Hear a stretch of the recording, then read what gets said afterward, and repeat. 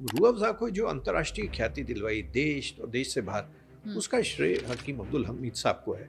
और ऐसी शख्सियत का जो प्रोडक्ट है जिसकी जिसकी कंपनी का उसको धर्म उसको के साथ जोड़ना, मतलब मुझे तो बहुत, मैं बहुत उदास दुखद हुआ है। हूँ, हुँ, मैं हुँ, बहुत उदास हूँ। हुँ।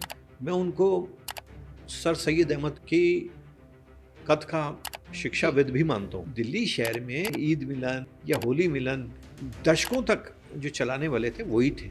कभी सोचा भी नहीं था कि रूह अफ़ज़ा का भी कोई धर्म हो सकता है। रूह अफ़ज़ा को धर्म से मत जोड़ो। प्रोडक्ट जो होता है उसकी जाति नहीं होती, धर्म नहीं होता। ये 100 साल पुराना तो ग्रुप है, लेकिन इसका जो मनी स्पिनर है, जी, जिसमें जो सबसे ज़्यादा कमाई होती है, वो आपको यही देता है। रूह अफ़ज़ा जो आगे बढ़ा है, वो देश के विभाजन के बाद बढ़ा है। 47 इनके लिए बड़ा डिफाइनिंग ईयर था। हुँ, इनके जो छोटे भाई थे, उनका नाम था हकीम अब्दुल सईद साहब। जी, वो पाकिस्तान चले गए। हुँ, एक तरह से परिवार बँट गया। सईद साहब चले गए, देखिए मैं बोल रहा हूँ, हत्या हुई उनकी, बिल्कुल। कत्ल हुआ। हुँ।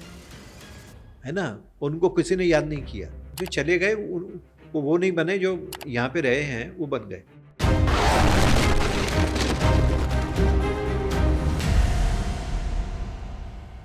रूह अफ़ज़ा यानी बचपन का स्वाद, रूह अफ़ज़ा यानी कि हर घर की मिठास।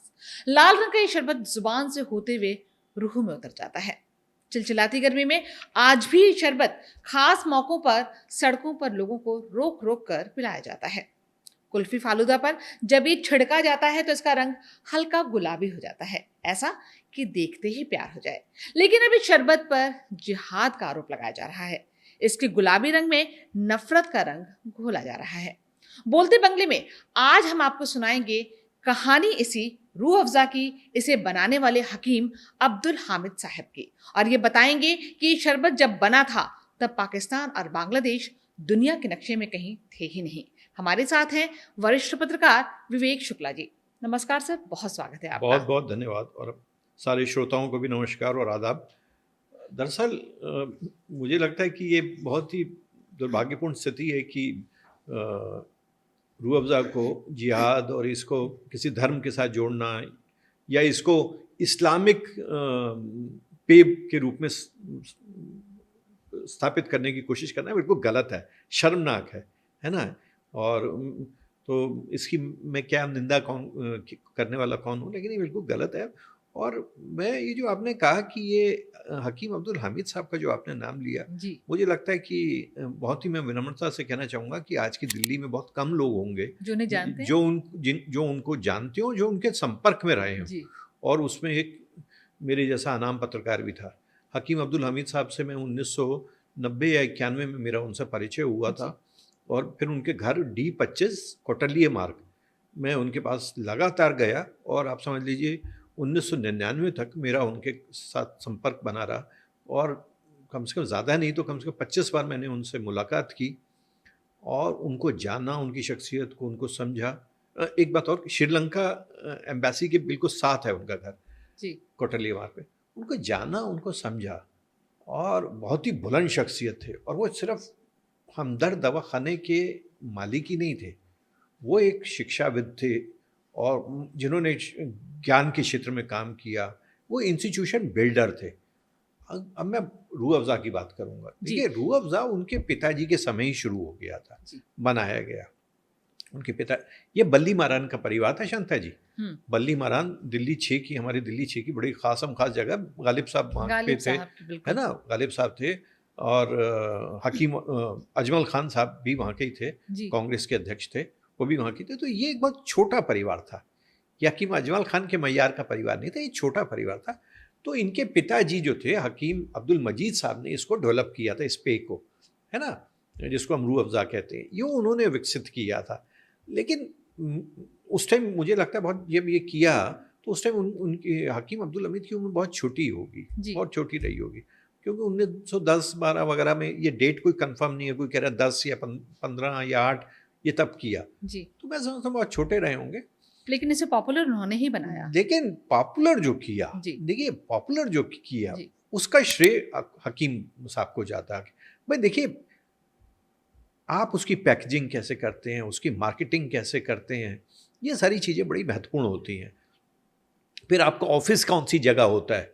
देखिए, एक आदमी जो शेयर मार्केट का एक्सपर्ट है, वो जब मुंबई में नरीमन पॉइंट पे जिसका दफ्तर होता है उसका ज़्यादा असर होता है ना। अगर वो कहीं कहे कि साहब मैं शेयर मार्केट में हूँ और मेरा दफ्तर जो है वो किसी दूर दराज के इलाके में है मुंबई के, तो वो असर नहीं होगा।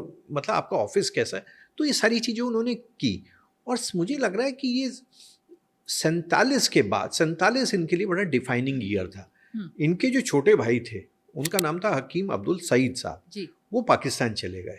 एक तरह से परिवार बट गया।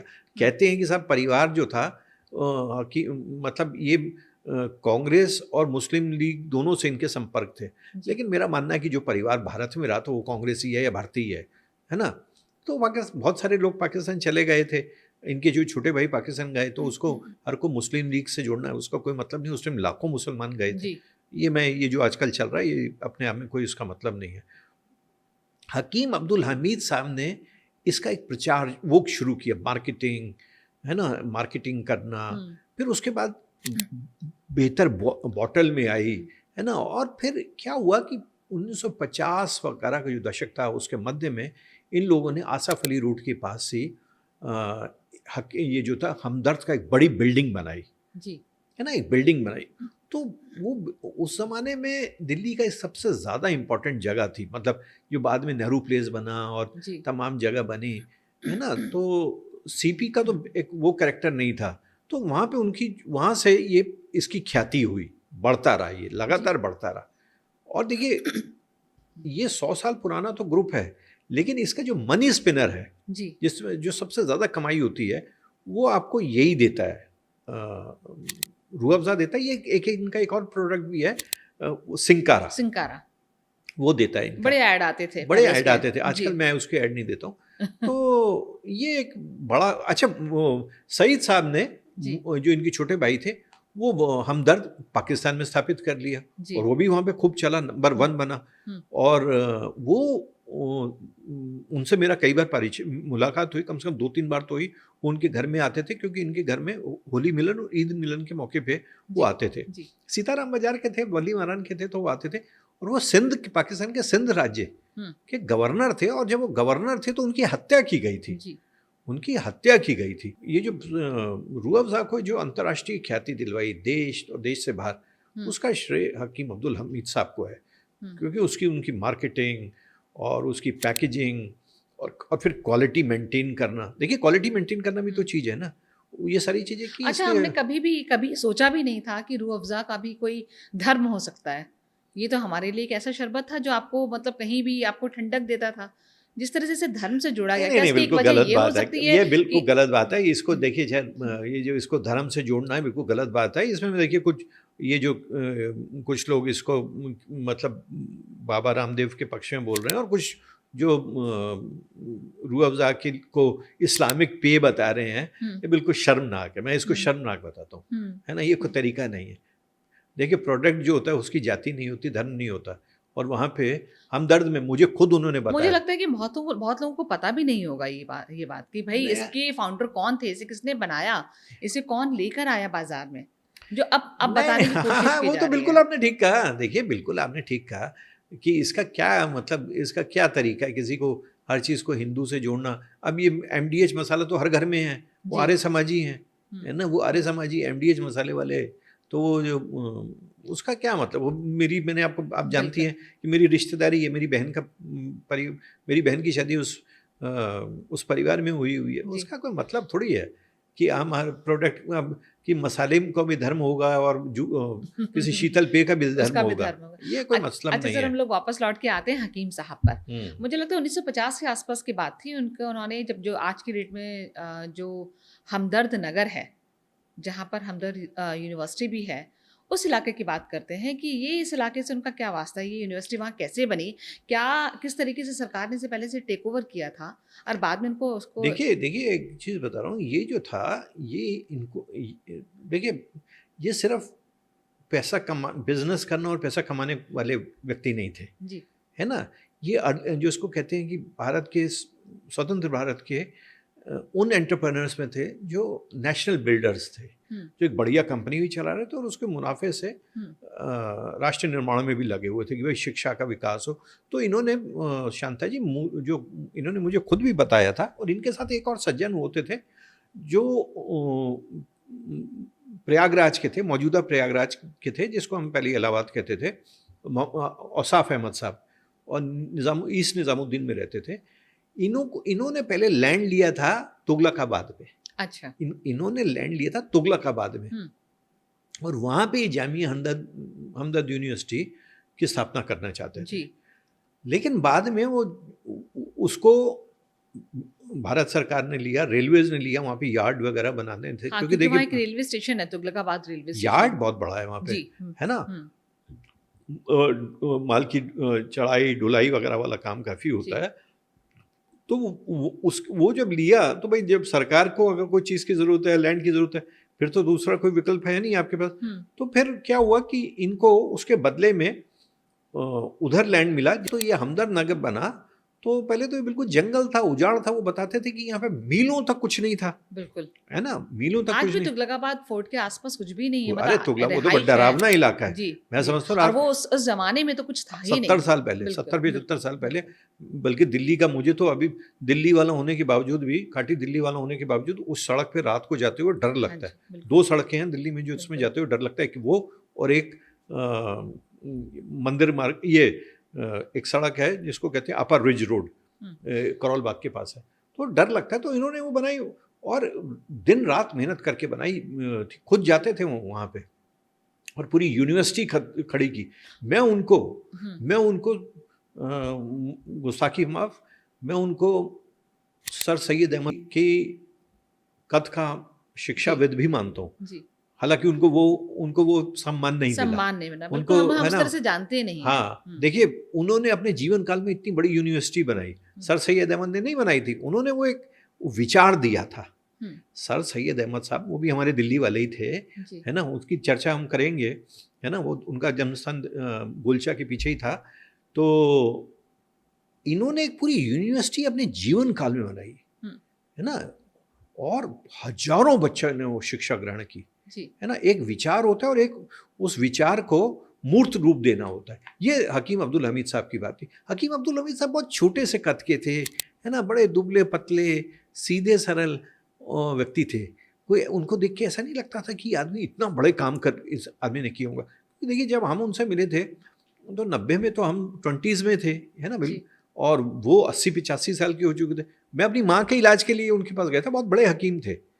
तो उन्होंने मेरी माँ का जब कुछ पूछा, तो बेटा मेरी माँ को कहा, तो मैंने पहली बार अपनी माँ को एक बच्चे के रूप में देखा कि मेरी माँ को भी कोई बेटा कह रहा है ना, वरना ऐसा कम होता है ना। क्योंकि तो वो इलाज हो गया था, उनकी कमर में दर्द रहती थी।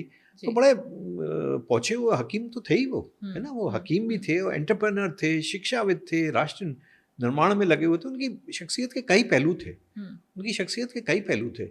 तो और ऐसे शख्सियत का जो प्रोडक्ट है, जिसकी कंपनी का, उसको धर्म के साथ जोड़ना, मतलब मुझे तो मैं उदास हुआ हूँ, मैं बहुत उदास हूँ, है ना। मैं बहुत उदास हूँ उसको, क्योंकि वो एक अलग किस्म का आदमी थे, है ना। वो बहुत अलग किस्म के आदमी थे। अच्छा सर, वो लड़कियों की शिक्षा को लेके भी काफ़ी ज़्यादा जो है उनके अंदर एक जुनून था कि लड़कियों को पढ़ना चाहिए, खासकर मुस्लिम समाज की। और उन्होंने एक स्कूल भी खोला था, राबिया स्कूल के नाम से, जो उनकी माँ के नाम पे स्कूल था। उनकी माँ के नाम से खोला राबिया स्कूल। देखिए दिल्ली में ये कोई भी मानेगा कि उत्तर भारत में मैं ये ज़रूर कहूँगा कि वक्फ का मामले में तमाम बातें हो रही हैं, सारी चीज़ें हो रही हैं, है ना। कि मुसलमानों का एक वर्ग कह रहा है कि साहब हमारे साथ अन्याय हुआ, तो उनसे पूछा जाना चाहिए कि तुमने मुसलमान लड़कियों के लिए कितने स्कूल खोले हैं, कितने कॉलेज खोले हैं, बताइए ना। मैं दिल्ली शहर की बात कर रहा हूँ, आप बताइए कितने स्कूल खोले हैं। कोई नहीं खोला आपने, है ना। ये जिम्मेदारी दिल्ली 6 में हकीम अब्दुल हमीद साहब ने ली। उन्होंने अभी कई दशक पहले जब लोग अपनी लड़कियों को स्कूल भेजना नहीं चाहते थे, खासकर मुस्लिम समाज की, बिल्कुल, तो उन्होंने राबिया गर्ल्स स्कूल खोला, और ताकि मुसलमान परिवारों की लड़कियां खुद मुख्तार बने, शिक्षित बने और आगे जाएं जीवन में। तो वो उसके बाद से उन्होंने उस स्कूल में हजारों बच्चियां पढ़ने लगी। उसमें सभी धर्मों की बच्चियां पढ़ती हैं, लेकिन चूंकि मुस्लिम बहुल क्षेत्र है तो मुसलमान लड़कियां हम्म, स्वाभाविक रूप से अधिक पढ़ती हैं। तो राबिया जी जो थी उनकी माता जी का नाम था, जी तो उनके नाम पे उन्होंने खोला। अब बताइए ना कितने मुसलमान लोगों ने खोला, बिल्कुल। है ना। बातें बहुत लोग करते हैं, वक्फ के लिए कहते हैं, हम्म, है ना। ना तो मैं मोदी जी के पक्ष के लिए का प्रवक्ता हूँ, ना मैं उनका प्रवक्ता हूँ, वक्फ जी वालों जी। वक्फ की जो मांग कर रहे बट हैं। आपके अंदर जो कमियां हैं उनको तो स्वीकार अरे आपने करना कोई ही स्कूल पड़ेगा नहीं ना, खोला वो तो स्वीकार करना भाई। ही दिल्ली पड़ेगा। में आप सच्चाई मुसलमानों है। का, आज दिल्ली जी में मुसलमानों ने एक स्कूल नहीं खोला, वक्फ ने। जी। वक्फ ने। मैं हिंदू हूँ, हम्म, मैं दिल्ली में एक मुस्लिम मैनेजमेंट की ओर से चलाए जा रहे स्कूल की मैनेजमेंट कमेटी में सालों रहा। क्रेसेंट स्कूल दरियागंज में हूँ। मैं ये बात पूरी जिम्मेदारी से कह रहा हूँ शांता जी, कि दिल्ली में वक्फ ने एक भी स्कूल नहीं खोला। कोई बताइए ना एक स्कूल खोला तो मुझे बता दीजिए। एक कॉलेज नहीं खोला, और अभी भी नहीं खोला। स्कूल खोलने के लिए अभी भी दिल्ली में कुछ लैंड की कमी नहीं है, बिल्कुल। अभी भी लैंड की कोई कमी नहीं है। खोलो ना यार, आप भारी दिल्ली में खोल लीजिए, क्योंकि जो आज के डिजर्टेड एरियाज हैं वो कल कल वहाँ पे आबाद हो जाएगा। भाई हमदर्द नगर पहले डेजर्टेड तो था सर, जिसको दैट्स उन्होंने इट। जिसे कहते हैं ना जंगल में मंगल कर देना, आज वो शिक्षा का बहुत बड़ा केंद्र है। बिल्कुल भाई, ऐसा है ना कि हम लोगों ने तो देखा है कि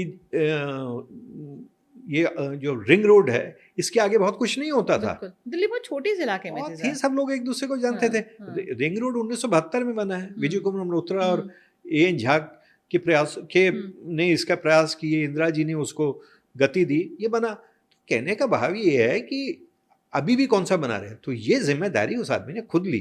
हम्म, उन्होंने खुद ली, स्कूल खोला, उसको पढ़ाया, और तो और देखिए जामिया यूनिवर्सिटी खोली भाई। जामिया हमदर्द यूनिवर्सिटी, माफी जी, चाहता हूँ, जामिया है हमदर्द ना। यूनिवर्सिटी। जामिया मिलिया यूनिवर्सिटी भी बहुत गांधी जी के आशीर्वाद से जी बनी थी। जी।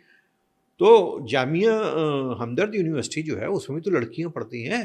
हम्म, जामिया हमदर्द यूनिवर्सिटी का आप कैंपस देखिए भाई साहब, ऐसा लगेगा कि जैसे आपको यूरोप की यूनिवर्सिटी में आ गए हो। हम्म, वहाँ पे अच्छे शिक्षक हैं, तमाम फैसिलिटीज़ हैं, और बहुत अन्य देशों के विद्यार्थी बहुत आते हैं। जी। वहाँ पे बहुत बड़ी संख्या में अफ्रीकी देशों के विद्यार्थी पढ़ने आते हैं। तो ये क्रेडिट तो उनको देना होगा ना। बिल्कुल हम किसी को कभी तो क्रेडिट देंगे, या हर चीज़ में हिंदू मुस्लिम करेंगे, बिल्कुल ठीक कह रहे है हैं। ना। अच्छा सर, हम राबिया स्कूल की अगर हम बात करें तो कहते हैं कि शायद उस समय लोगों को कन्विंस करना कि वो अपनी बच्चियों को स्कूल भेजें बहुत मुश्किल काम था। ये काम हकीम साहब ने कैसे भाई किया? उन्होंने अपनी स्कूल की प्रिंसिपल से, अपने स्कूल की जो टीचर्स से, और उनका अपना व्यक्तिगत भी तो प्रभाव बहुत था। हम्म, हालांकि देखिए 1955 में वो पुरानी दिल्ली को छोड़ दिया था, हम्म, है ना। 1950-55 में उन्होंने छोड़ के यहाँ पे कोटलिया मार्ग पे आ गए थे। लेकिन लोगों से अपील की गई कि भाई आप अपनी बच्चियों को यहाँ पे भेजिए राबिया स्कूल में।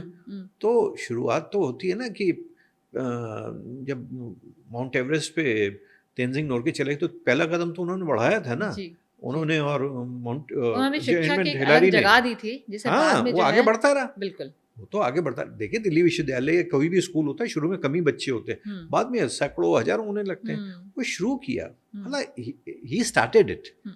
है ना। And for that he should be given credit, है अच्छा ना। सर, पुरानी दिल्ली वाले घर जब उन्होंने छोड़ा तो इसके बाद वो आ गए कौटिल्य मार्ग पर। ये 25 बी जी, ये जो बंगला था ये बहुत सारी घटनाओं का गवाह रहा, बहुत सारी फंक्शंस का गवाह रहा। हिंदू मुस्लिम एकता, या जिसे कहते हैं कि कैसे ईद और होली को मनाया जा सकता है और हिंदू मुस्लिम मिलकर मना सकते हैं, ये इस बात का भी गवाह रहा है। भाई देखिए उनका क्या सब लोग था? सम्मान करते जी थे शांता जी जी, देखिए उनका सम्मान करते थे। वो इस दिल्ली शहर के एक बुजुर्ग थे, जी। है ना। इस दिल्ली शहर के बुजुर्ग थे, अगर वो किसी को बुलाते थे तो वो आना पड़ता था। उनका कार्ड आता था, ईद मिलन और होली मिलन से पहले घर में कार्ड आता था। जी उस ज़माने में व्हाट्सएप वगैरह तो होते नहीं, तो ये आता था। और साहब हम जाते थे, गाड़ी नहीं भी थी तो थ्री व्हीलर पे जाते थे, गाड़ी भी थी तो गाड़ी से जाने लगे। और उसमें मैंने मतलब आप समझ लीजिए कि शरद पवार, पीएन हाक्सर, है ना, इंदिरा जी के साथ थे, बहुत ही दिग्गज ब्यूरोक्रेट थे, है ना। एयर मार्शल अर्जन सिंह वो तो उनके पड़ोसी भी थे। पड़ोसी भी थे, जी। है ना। और इस तरह राजेश पायलट, तमाम कैबिनेट मंत्री आम और ख़ास सभी आते थे, है ना। और वो सबसे मुलाकात होने, और फिर वहाँ पे बढ़िया घंटे वाले की मिठाई और या कबाब, और ये चाय और रूह अफ़ज़ा का दौर चलता था हम्म, और सबसे मुलाकात होती थी। हकीम साहब आगे ही बैठे होते थे और सब उनसे दुआ सलाम करते थे और वहाँ पे गपशप होती थी।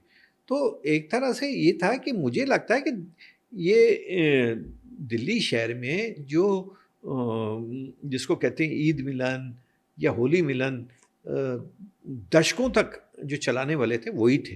हम्म, हालांकि ये भी मुझे कहना पड़ेगा कि 1999 के बाद उनके बेटों ने शुरू की ने 1-2 साल तो चलाए, लेकिन उसमें फिर उनमें वो जुनून नहीं था, वो जुनून जज्बा नहीं था कि उसको लेके आगे जाए, वो मतलब पैशनेट नहीं थे। हाँ, वो मैं ये कहूँगा कि वो जो एक देखिए अतिथि सत्कार करना के लिए जी। उसके लिए बहुत बड़ा दिल चाहिए, हम्म, है ना? क्योंकि लोग फिर हम लोग कभी उनके 1-2 बार गए तो उनको अगर उनको हमने विश किया तो उन्होंने जवाब देना भी उन्होंने मुँह फेर लिया या कुछ लिए, फिर लोगों ने कहा कि भैया जैसे तेरा नाच गाना वैसे मेरी वार फेर।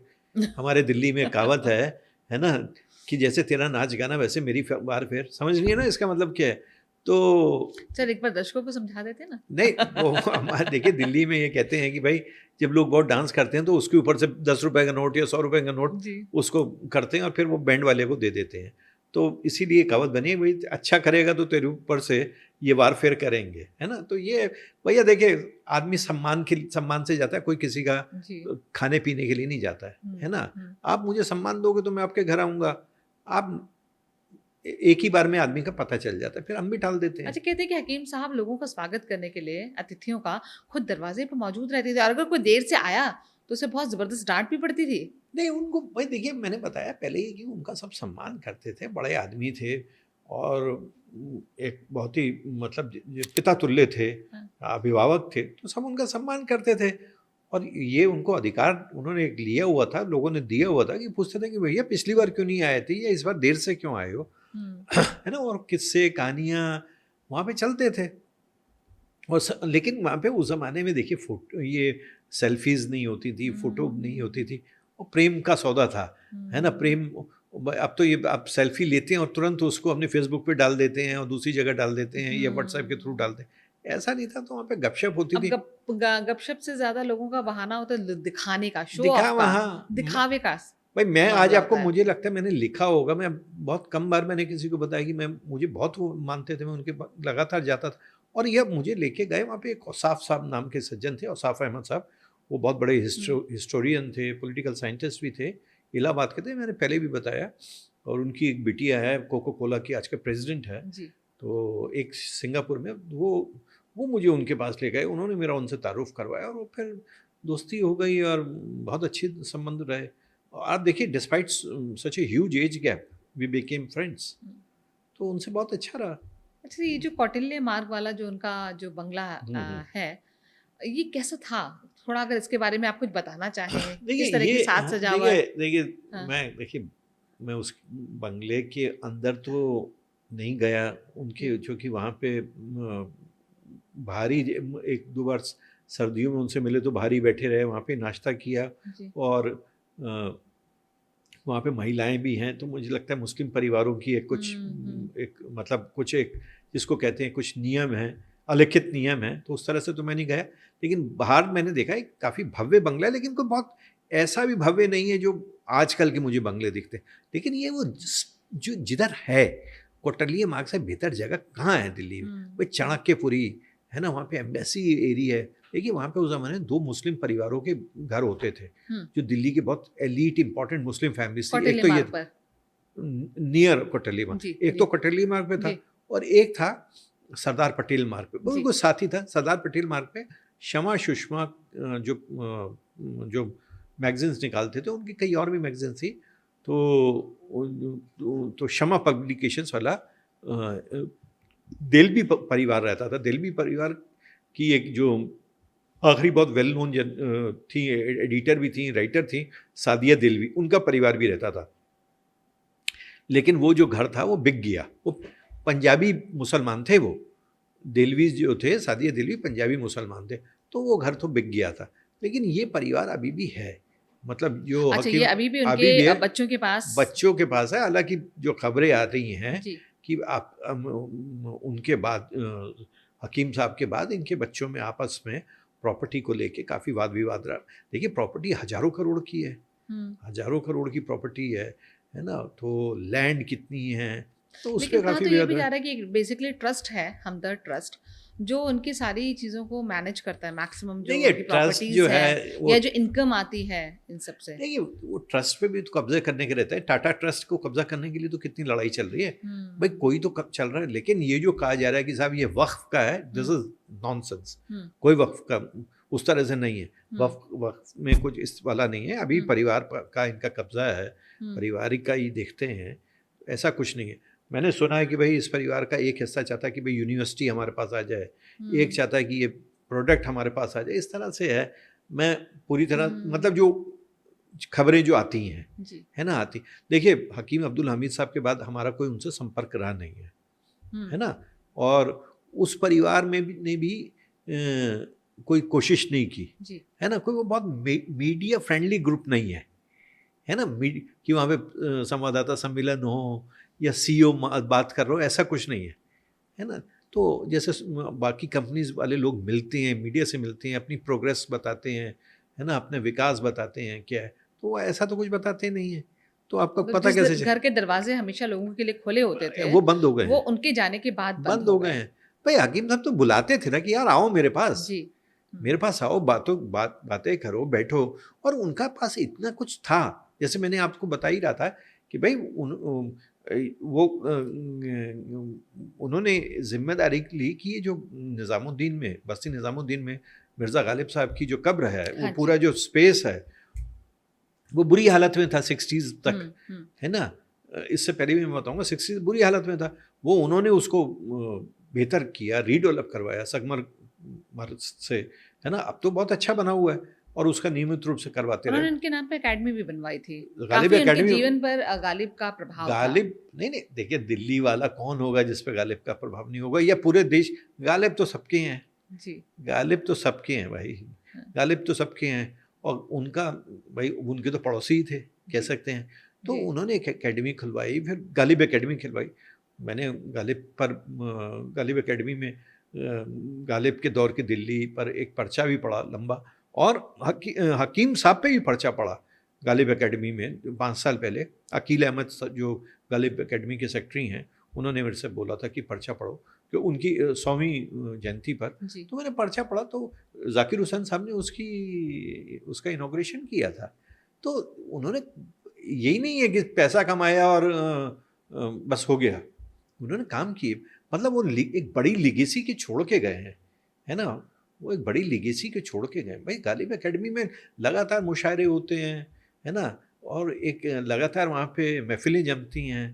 तो ऐसी जगह समाज के लिए ज़रूरी है ना कि जहाँ वहाँ पे चर्चाएँ हों, कवि आएँ, शायर आएँ, है ना, और कोई शायर शेर पढ़ा जाए तो उस पे वाह-वाह हो, होटिंग भी हो, हुँ, होटिंग भी हो, हुँ, है ना? है ना? तो मुशायरों की तो जान है होटिंग, है हाँ, ना? तो बिल्कुल। ये कवि सम्मेलनों की जान है कि भई अगर अच्छा है तो ठीक है, नहीं तो होटिंग भी होती है। तो ये सब चीज़ें उन्होंने शुरू करवाई। हकीम साहब का बड़ा बहुआयामी व्यक्तित्व था हुँ, दरअसल। हुँ। अच्छा गालिब के बाद अगर हम बात करें तो जो दूसरे शख्स थे, जिसने उनको छुआ, वो थे गांधी जी।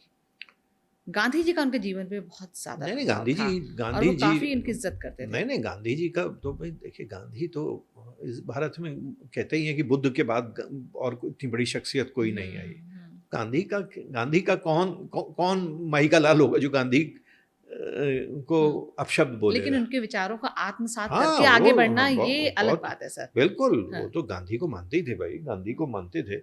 मैं उनके घर गया, उनके घर भी गया।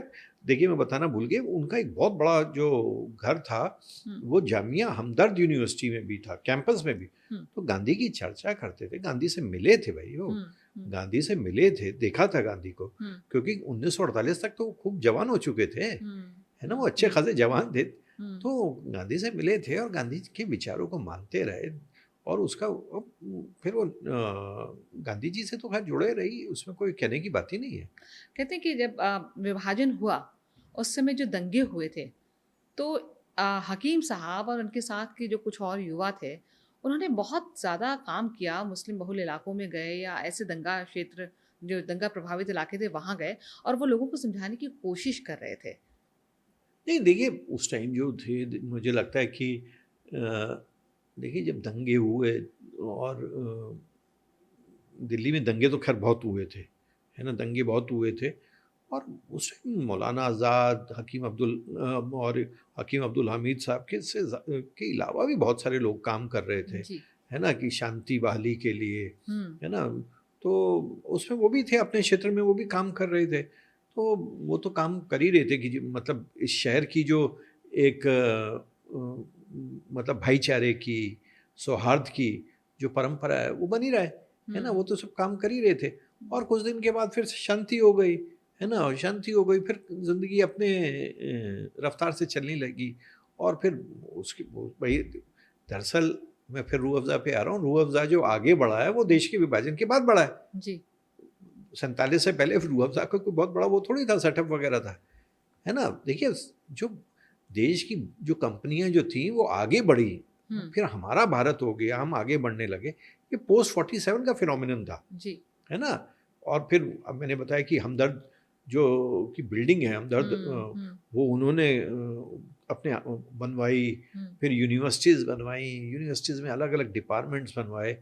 तो इसी इसी आधार पे बनवाए होंगे ना कि अब शांति है, शांति में ही तो काम होते हैं, है ना, शांति में ही काम होते। तो उन्होंने ये सारी चीज़ें करवाई। और देख, और मुझे लग रहा है कि ये मुझे कहने दीजिए शांता जी कि जामिया हमदर्द यूनिवर्सिटी की अब थोड़ी रेपुटेशन मैं देख रहा हूँ थोड़ी ख़राब भी हुई है। जी। क्योंकि अब उसके लिए बहुत कहते हैं कि साहब यहाँ पे पैसे दो और एडमिशन ले लो, है ना। ये नहीं होना चाहिए कि सिर्फ पैसे के आधार पर एडमिशन नहीं जैसे कि होना आपने चाहिए। कहा ना कि हकीम साहब के जाने के बाद सारी चीज़ें जो है कहीं न कहीं वो अपने मज़ा नहीं आया। ढलान पे आ हाँ, गई हैं। हाँ, हाँ। अच्छा, चीज़ें लेकिन हाँ, वो यूनिवर्सिटी के लिए तो मैं कहूँगा, क्योंकि वहाँ पे बहुत मतलब पैसा दे के एडमिशन वाला मामला बहुत हुआ है। जी, ये जी। ये बहुत सुनने में आता है। और हुँ। जब सुनने में आ रहा है तो कुछ ना कुछ कुछ ना उसमें कुछ तो सच्चाई भी सच्चाई होगी। होती ही है। हालाँकि ये बिल्कुल। मैं ज़रूर कहूँगा कि ये अपने आप को रीइन्वेंट कर रहा है हमदर्द। हुँ। हमदर्द जो है, वहाँ पे अब जैसे कुछ प्रोफ़ेशनल सीईओज़ आ गए हैं, जी। है ना? अच्छा, मैं कनॉट प्लेस में भी इसका एक दफ़्तर देखता हूँ, हुँ। है ना? जैसे मैंने आपको बताया कि address matters, hmm. Address matters, actually. है ना? कि भाई शेयर मार्केट का बंदा, जो शेयर ब्रोकर है, वो नारीमन चैम्बर में उसका ऑफ़िस होगा, तो तो उसका बात ही अपना अलग मतलब होगी, होगा, उसका अपना है एक ना? अलग उसका मतलब मतलब है। होगा। बिल्कुल। अब वो कहेगा कि साहब मेरा धारवी में ऑफ़िस है, तो उसका हुँ। मसला नहीं होगा ना। हुँ। तो ये जो है, ये चीज़ें, अगर आप कहोगे साहब मेरा ऑफ़िस पार्लियामेंट स्ट्रीट पे है, कि उस हुँ। बिल्डिंग में, हुँ। तो दूसरे आदमी को लगेगा कि हाँ, भई ये मैटर करता है बंदा। तो एक तो वो सीपी में भी मैंने उनका एक ऑफ़िस देखा जी। है ना? इनर सर्कल में मैंने उनका ऑफ़िस देखा है। तो ये मुझे एक अच्छा लगा। और ये है कि प्रोफ़ेशनल ढंग से अब आगे बढ़ रहे हैं वो। क्योंकि देखिए, अगर प्रोफ़ेशनल नहीं होंगे, अपने आप को रीइन्वेंट नहीं करेंगे, तो देखिए प्रोडक्ट देर सवेर फिर पिट जाएगा। मार्केट से बाहर हो जाएगा या मार्केट से फिर बाहर बाहर हो जाएगा। क्योंकि ये अब तो ज़माना कॉम्पिटिशन बहुत ज़्यादा है। कॉम्पिटिशन है, सारी चीज़ें हैं। तो इसीलिए वो अच्छा है, अच्छा चल रहा है ना? और इसको मैं फिर से दोबारा से मुझे लगता है हम सब लोगों को ये एक तरह से अपील ही करनी चाहिए कि भैया ये इसको धर्म से मत जोड़ो, है ना? जी। रूह अफ़ज़ा को धर्म से मत जोड़ो। अच्छा, धर्म की बात हो रही है सर, तो एक बार जब दंगे हुए तो हकीम साहब से किसी ने पूछा कि भाई ये दंगे इतनी बड़ी संख्या में लोग पाकिस्तान चले गए, तो उनका ये जवाब था कि अगर दंगे नहीं होते तो शायद इतनी बड़ी संख्या में मुसलमान पाकिस्तान नहीं जाते, वो भारत में रहना चाहते थे।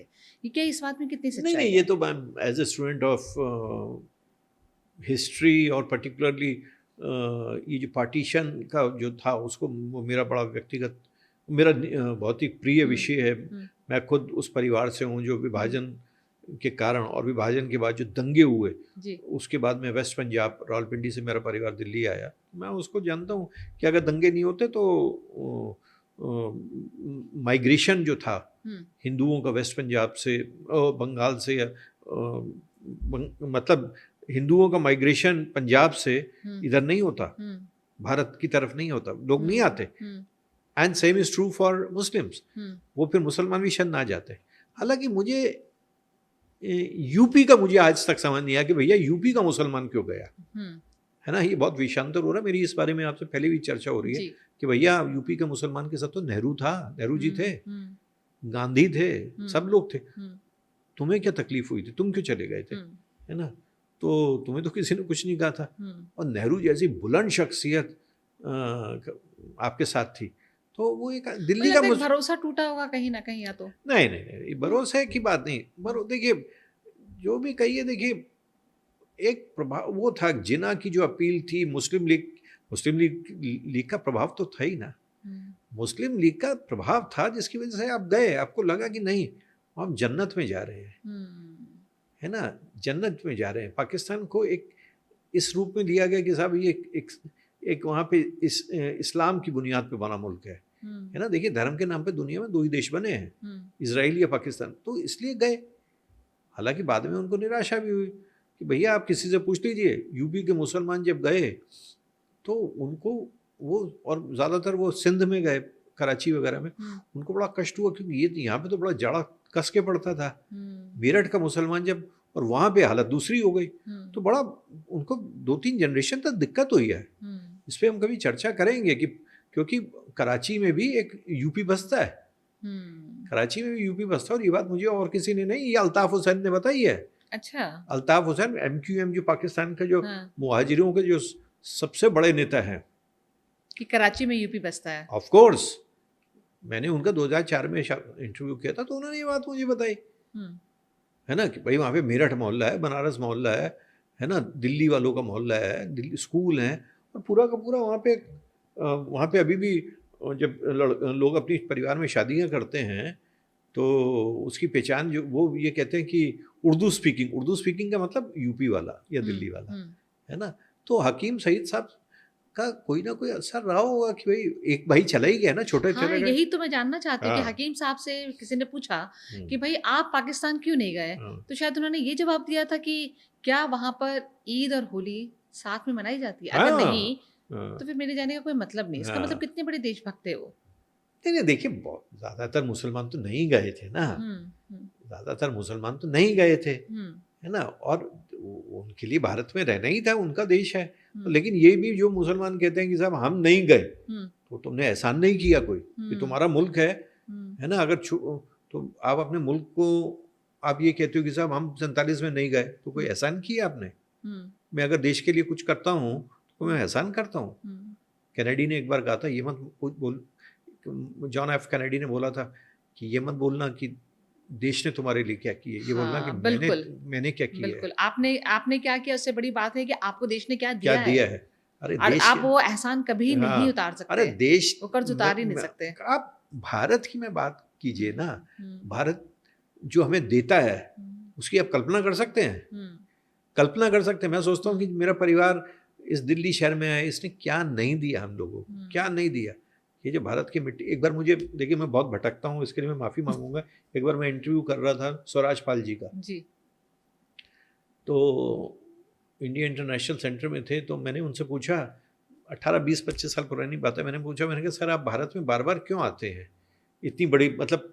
तो अचानक से झुके वहाँ के, और वो जो वहाँ का ग्राउंड है, और वो मिट्टी को उठा के कहने लगे कि यार ये जो है ना, दिखाते हुए, ये बहुत परेशान करती है यार, ये बहुत परेशान करती है ना, क्योंकि बहुत आप कहीं भी चले जाए। अभी मैं आपको बता रहा हूँ, मुश्किल से 10-12 दिन पहली बार बता रहा हूँ, 10-12 दिन पहले की बात। दिल्ली में एक जगह है, दिल्ली गेट के पास, पारसी अंजुमन, दिल्ली के पारसी बिरादरी का एक तरह से गढ़ है। तो वहाँ पे ब्रिटेन के लॉर्ड करण बिलमोरिया भी आए हुए थे, पारसी समाज से हैं। तो और ब्रिटेन की बहुत बड़ी एक मशहूर बियर है, कोबरा बियर, पूरी दुनिया में मशहूर है, उसके मालिक हैं, और ब्रिटेन के सबसे धनी लोगों में उनका शुमार होता है। तो वो कह रहे थे कि मैं ब्रिटेन का जो भी बन जाऊं, कहते लेकिन मैंने भारतीय पासपोर्ट नहीं छोड़ा है ना, माँ मेरी अभी भी देहरादून में रहती है, और कहते मतलब दिल के किसी कोने में भारत है। तो सईद साहब चले गए, देखिए मैं बोल रहा हूँ, हत्या हुई उनकी, बिल्कुल कत्ल हुआ, है ना, उनको किसी ने याद नहीं किया, है ना। वहाँ पे वहाँ के जो गैर मुहाजिर, जो यूपी यहाँ से गए लोग हैं, उसके अलावा उनको कोई याद नहीं करता, बात नहीं करता। जबकि हमारे जो हकीम अब्दुल हमीद साहब हैं, रूह अफ़ज़ा वाले, आज भी हम चर्चा कर रहे हैं, उनकी चर्चा क्या है, हर घर में प्रोग्राम बना रहे हैं, बिल्कुल, है ना, उनकी चर्चा हो रही है, और वो जो उनका मुकाम है उसकी कोई बराबरी नहीं है। तो देखिए, जो चले गए वो नहीं बने, जो यहाँ पे रहे हैं वो बन गए, है ना। तो मुझे लगता है कि जो हकीम साहब थे वो काफ़ी दूरदर्शी भी थे, उनको समझ में आ गया होगा। एक तो देश से प्यार, दूसरा ये था कि यही मेरी कर्म भूमि है, यही मेरी मातृभूमि है और यही मुझे जो है अपनी अंतिम सांस लेनी है। इसमें क्या शक है, आप देख लीजिए उनको, उन्होंने इस और देश को वाकई इस बात का कर्ज वो पूरी जीवन नहीं उतार सकते, उनकी नहीं अगली नहीं पीढ़ियां भी नहीं उतार पाएंगे जो इस देश ने उन्हें दिया। और उन्होंने भी जो देश को दिया उसको भी हम नहीं नहीं भूल देवान सकते। दोनों ही होता है। देखिए बिल्कुल। रेसिप्रोकल होता है, आप देश जी। को, आप राष्ट्र निर्माण करते हैं, ये सतत प्रक्रिया है, हम्म। ये हजारों साल से चल रहा है और हजारों साल चलेगा। हम्म। देखिए व्यक्ति आपका क्या उम्र है, 75 80 80 साल 85 साल, तो देश तो वो है, वो अनंत है मामला। भारत का क्या इतिहास है, हजारों साल से है, वो आगे हजारों लाखों साल तक चलेगा, है ना। तो व्यक्ति इतना इम्पोर्टेंट नहीं है, देश इम्पोर्टेंट है, और ये राष्ट्र निर्माण सब करते रहें। जी। तो मुझे लगता है यही खास बात है। और हम रूह अफ़ज़ा पीते रहें और बाकी शीतल पे भी पीते रहें, नए नए भी आए। देखिए मैं ये नहीं कहता हूँ कि वही रहे, नए नए भी आए और आएंगे भी और नए नए आए, है ना। वो मुझे लगता है कि इसी मिठास के साथ ये सिलसिला चलता रहे। बिल्कुल, इसी मिठास के साथ हम आज का जो बोलते बंगले हमारा कार्यक्रम है, इसका भी अंत करना चाहेंगे। और लेकिन आपको ये ज़रूर बताते कि जैसा कि सर ने कहा, जीवन में मिठास बनी रहनी चाहिए, शीतल पेयों की जो है मिठास बनी रहनी चाहिए, और हम इस तरह के भेदभाव को मिटाकर आगे बढ़ पाएँ, ये बहुत ज़रूरी है। तो रूह अफ़ज़ा के बहाने हमने आपको कहानी सुनाई हकीम अब्दुल हामिद साहब की और उनके बंगले की कहानी जो कौटिल्य मार्ग में मौजूद है, और साथ में ये भी बताया कि किस तरीके से जो हकीम साहब थे उन्होंने इस देश को कई अच्छे संस्थान दिए, एक अच्छी यूनिवर्सिटी दी, अस्पताल दिया, और साथ में उन्होंने किस तरह से लड़कियों की शिक्षा पर काम किया। वाकई ये काबिल तारीफ है। बोलते बंगले में आज इतना ही। जल्द मुलाकात होगी एक नए एपिसोड के साथ अगले शुक्रवार। तब तक के लिए नमस्कार। बहुत बहुत धन्यवाद।